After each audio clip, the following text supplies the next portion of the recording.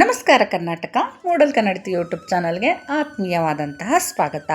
ಇವತ್ತಿನ ವಿಡಿಯೋದಲ್ಲಿ ನಾನು ಯಾರಿಗೆಲ್ಲ ಒಂದೇ ಥರದ ಟೀನ ಕುಡಿದು ಬೇಜಾರಾಗಿರುತ್ತೋ ಅವ್ರಿಗೊಂದು ಸ್ಪೆಷಲ್ ಟೀನ ಮಾಡೋದನ್ನು ಹೇಗೆ ಅಂತ ತೋರಿಸ್ಕೊಡೋಣ ಅಂತ ಈ ವಿಡಿಯೋನ ಮಾಡ್ತಾ ಇದ್ದೀನಿ.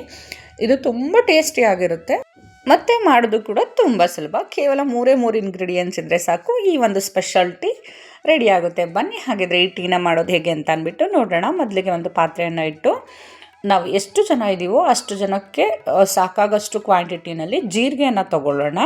ಜೀರಿಗೆನ ತೊಗೊಂಡು ಅದನ್ನು ಸ್ವಲ್ಪ ಬಿಸಿ ಮಾಡ್ಕೊಳ್ಳೋಣ. ಅಂದರೆ ಅದು ಚಟಪಟ ಸಿಡಿಯೋಷ್ಟು ಬಿಸಿ ಮಾಡ್ಕೊಳ್ಳೋಣ. ತುಂಬ ರೋಸ್ಟ್ ಮಾಡ್ಕೊಬೇಡಿ, ಟೀ ಆಮೇಲೆ ಒಂಥರ ಫ್ಲೇವರ್ ಅನಿಸುತ್ತೆ, ಚೆನ್ನಾಗಿ ಅನಿಸೋಲ್ಲ ಕುಡಿಯೋದಕ್ಕೆ. ಚಟಪಟ ಅನಿಸೋಷ್ಟು ಫ್ರೈ ಮಾಡಿಕೊಂಡ್ರೆ ಸಾಕಾಗುತ್ತೆ. ಇಷ್ಟು ರೋಸ್ಟ್ ಮಾಡ್ಕೊಂಡಿದ್ದಾದಮೇಲೆ ಇದನ್ನು ಒಂದು ಕುಟಾಣಿಗೆ ಹಾಕ್ಕೊಳ್ಳೋಣ, ಅಥವಾ ಒಂದು ಚಿಕ್ಕ ಮಿಕ್ಸರ್ ಜಾರ್ಗೆ ಹಾಕ್ಕೊಂಡು ದಪ್ಪಕ್ಕೆ ಕುಟ್ಟಿ ಇಟ್ಕೋಬೇಕು. ತುಂಬ ಪುಡಿ ಮಾಡ್ಕೊಬಾರ್ದು, ಪುಡಿ ಮಾಡಿಕೊಂಡ್ರೆ ಚೆನ್ನಾಗಿರಲ್ಲ. ಇಷ್ಟು ಕುಟ್ಟಿ ಪುಡಿ ಮಾಡಿಕೊಂಡ್ರೆ ಸಾಕಾಗುತ್ತೆ.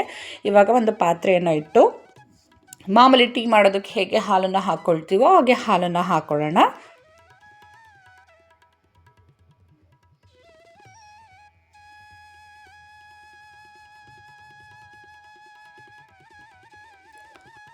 ನಂತರ ಇದಕ್ಕೆ ಕುಟ್ಟಿ ಇಟ್ಕೊಂಡಿದ್ದಂತಹ ಜೀರಿಗೆ ಪುಡಿಯನ್ನು ಸೇರಿಸ್ಕೊಳ್ಳೋಣ. ಜೀರಿಗೆ ಪುಡಿನ ಸ್ವಲ್ಪ ಟೀ ಪೌಡ್ರ್, ಯೂಶ್ವಲ್ ಟೀ ಮಾಡೋದಕ್ಕೆ ನೀವು ಎಷ್ಟು ಟೀ ಪೌಡರನ್ನ ಹಾಕ್ಕೊಳ್ತೀರೋ ಅದಕ್ಕಿಂತ ಜಾಸ್ತಿ ಜೀರಿಗೆ ಪುಡಿನ ಹಾಕ್ಕೊಳ್ಳಿ.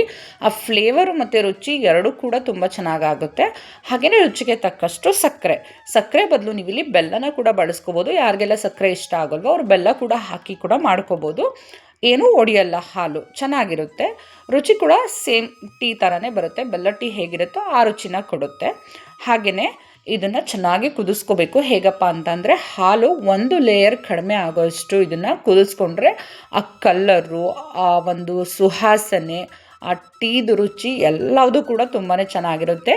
ಇದಕ್ಕೆ ನೀವು ಬೇಕು ಅಂತಂದರೆ ಒಂದು ಏಲಕ್ಕಿನ ಕೂಡ ಸೇರಿಸ್ಕೊಳ್ಳಿ. ಟೇಸ್ಟು ಮತ್ತು ಆ ಫ್ಲೇವರ್ ಕೂಡ ಚೆನ್ನಾಗಿ ಕೊಡುತ್ತೆ.